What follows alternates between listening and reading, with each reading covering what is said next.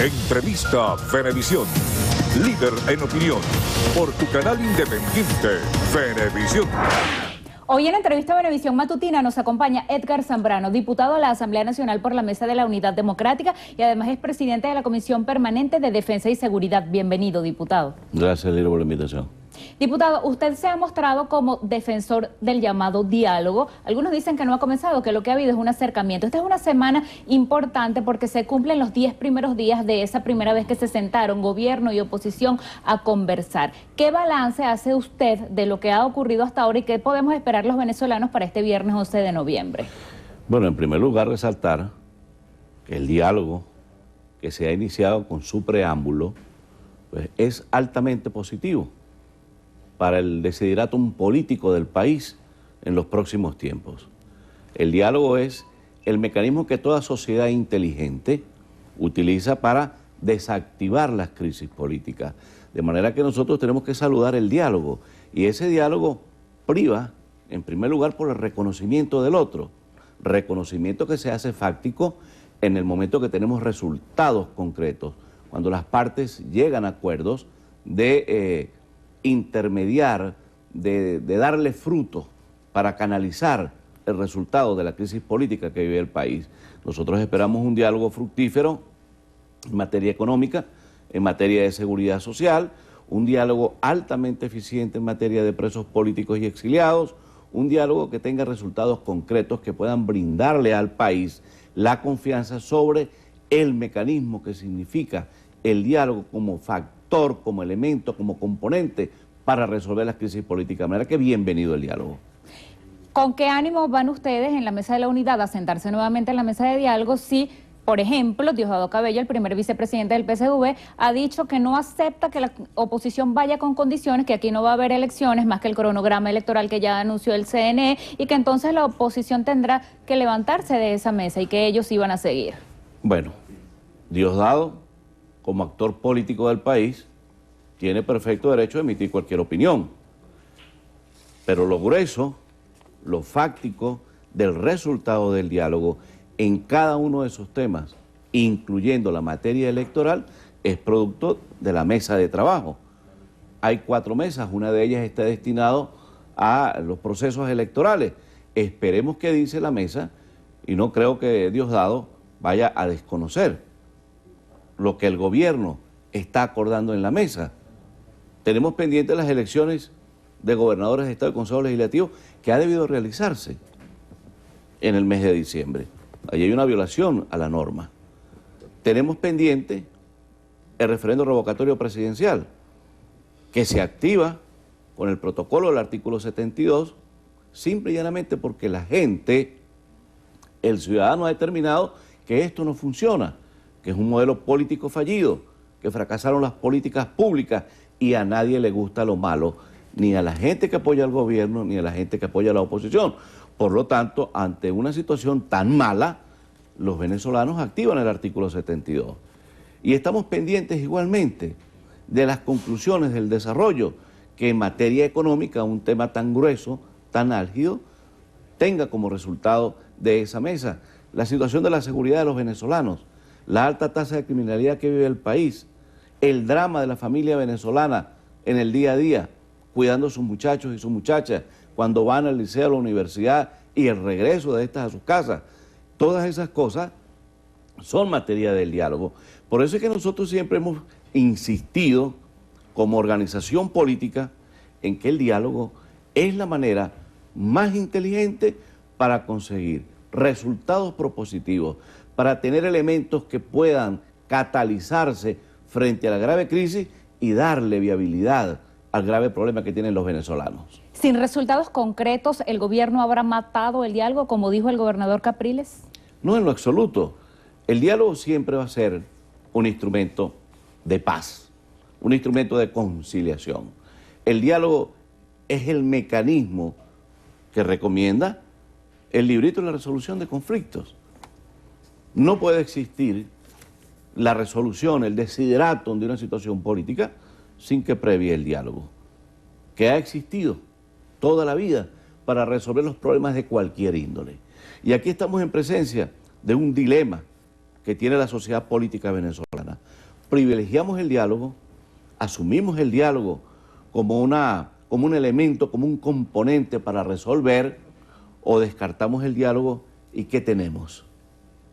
Si no hay diálogo, ¿cuál es la otra alternativa?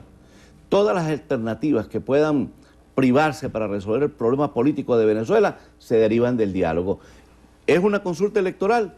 Se deriva del diálogo. ¿Es un adelanto de elecciones? Se deriva del diálogo. ¿Es una mega elección? Se deriva del diálogo. Cualquier elemento propositivo, pacífico, cívico, constitucional, que se derive del diálogo, es lo que va a aniquilar cualquier otra opción como la violencia, la confrontación pueblo contra pueblo, venezolanos contra venezolanos. Siempre vamos a privilegiar la paz sobre la muerte, siempre la vida sobre la guerra, siempre la palabra sobre las balas. ¿Y qué piensa sobre esa vía alterna en la que han coincidido, por ejemplo, el gobernador Capriles, el propio secretario ejecutivo de la MUD, Jesús Torrealba, y también Freddy Guevara de Voluntad Popular, partido que aunque no participa del diálogo, dice que es respetuoso de las decisiones que asuma la coalición opositora sobre que después del 11-11 calle?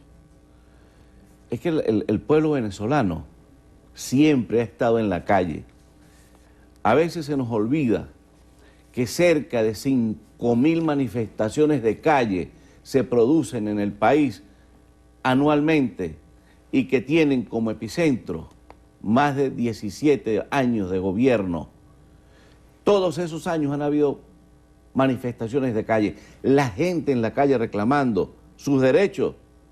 Es la réplica constitucional del ciudadano, es el reclamo social que siempre ha estado en la calle, ese pueblo peleando. Ahora, por supuesto, los resultados que puedan ofrecerse en la fecha acordada del 11 de abril son los resultados de una etapa del diálogo. 11 de noviembre, diputado. Y el 11 de noviembre, y esa etapa del diálogo pues va a tener algunos elementos que deben presentar.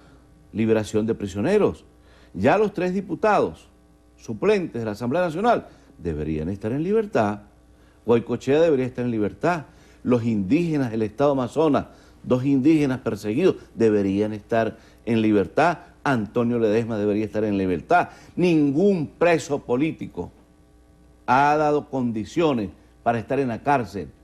Un país, una democracia como la venezolana, no debe tener presos políticos, de manera que ninguno debería estar preso, porque ninguno ha cometido ningún delito. Ahora, de la mesa se deriva que teniendo una situación fáctica concreta, que tenemos presos políticos, que tenemos exiliados, pues es la obligación de la sociedad democrática venezolana, representada en la mesa, activar todos los mecanismos para lograr la libertad de nuestros hermanos venezolanos, desde Leopoldo, que está allá en Ramo Verde, vejado, humillado, sometido de manera arbitraria, violando sus derechos humanos, sus derechos políticos, sus garantías constitucionales, hasta Antonio, Manuel Rosales, Ceballos, todos los que están prisioneros por pensar distinto, por emitir una opinión, por fijar un criterio frente a un modelo político que no sirve, que no ha servido, que no va a servir y que ha sido derrotado por la historia. Diputado, queremos su comentario sobre una declaración preocupante que dio Monseñor Claudio María Cheli, el enviado especial de la Santa Sede para este diálogo. Él ha reflejado palabras también del Papa Francisco, según las cuales si el diálogo fracasa o si una de las partes se levanta de la mesa, podría venir el camino de un derramamiento de sangre para el país. De allí el privilegio de darle confianza, de fortalecer el diálogo. No hay otra alternativa en Venezuela. Y el país político, la dirigencia política del país, no solamente de los sectores de la oposición venezolana, sino del propio gobierno, impulsado por la fuerza de los hechos, por estado de necesidad, entienden que no hay otro camino, que un actor político del gobierno por aquí y otro por allá disparen, tiroteen el diálogo. Vamos a administrarlo como parte de la diatriba política, pero no debemos nosotros caer en la tentación de distraer las fortalezas del diálogo, el acompañamiento de la Iglesia y sus pastores, del Santo Padre, que han tenido un privilegio con el país, no solamente en la oración, sino en el deseo concreto de resolver por la vía pacífica la diatriba política en Venezuela, y de allí la presencia del enviado papal, Monseñor Celi, pero también el protagonismo que han mantenido en la lucha por los derechos de los venezolanos, por la justicia social, la Conferencia Episcopal, Monseñor Diego Padrón y todo su equipo, el cardenal Urosa, ahora el cardenal Baltasar Porras, el nuncio apostólico, el anterior, Pietro Parolín, y ahora Monseñor Aldo Giordani. Entonces, ese acompañamiento de la Iglesia, conjuntamente con los expresidentes Zapatero, Torrijos y Fernández, ahora Tom Shannon por allí cerca del diálogo, los propios organismos internacionales, la OEA y la Organización de Naciones Unidas, eso fortalece, le da vida y le da vigencia a una decisión inteligente que debe tener resultados propositivos.